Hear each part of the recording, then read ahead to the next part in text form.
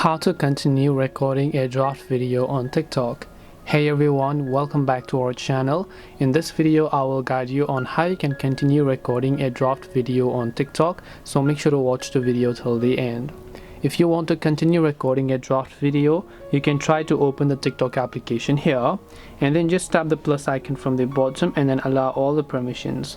So over here, if I go ahead and then record a certain video for a certain while, you can see over here, after I do this, I can just hit this check option like this.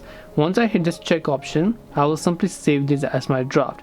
Now in order to save this as my draft, I can just try to exit it like this and I'll just tap the save draft option. Now once I've saved this to my draft, if I come to my profile page, right over there you should be able to find the draft video. Now I want to continue recording this draft video, so I'll select this here. Once I select this, at the very top left you'll find the arrow icon.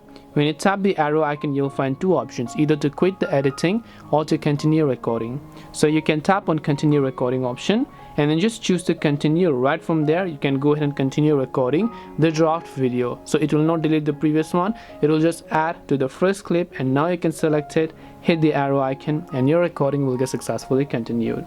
This way you can continue recording a draft video on TikTok. Hope this video is very helpful.